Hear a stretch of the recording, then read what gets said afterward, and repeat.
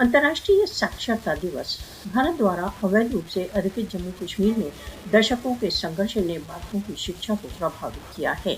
भारत ने कश्मीरियों को शिक्षा के अधिकार सहित उनके मूल अधिकारों से वंचित कर दिया है। भारत द्वारा अवैध रूप से अधिकृत जम्मू कश्मीर में सैन्यीकरण तथा निरंतर खोज पड़ताल ने विद्यार्थियों की शिक्षा को भीषण रूप से प्रभावित किया है।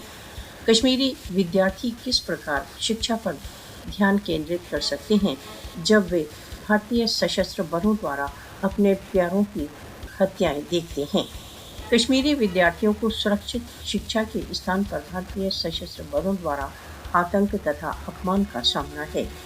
मोदी शासन ने कश्मीरी युवकों को उत्तम शिक्षा से वंचित करने के लिए सैकड़ों फलाह-ए-आम ट्रस्ट स्कूलों को बंद कर दिया है। भारत द्वारा अवैध रूप से अधिकृत जम्मू कश्मीर में मोदी की शिक्षा नीति आरएसएस विचारधारा को प्रतिबिंबित करती है, शैक्षिक विकास को नहीं। पाठ्यक्रम का हिंदूकरण। मुसलमान विद्यार्थियों को भारत द्वारा अवैध रूप से अधिकृत जम्मू कश्मीर के स्कूलों में हिंदू गीत गाने तथा हिंदू महान व्यक्तियों के विषय में अध्ययन के लिए विवश किया जाता है। कश्मीरी विद्यार्थियों को भारत की धरती पर पक्षपात तथा निष्कासन का सामना है।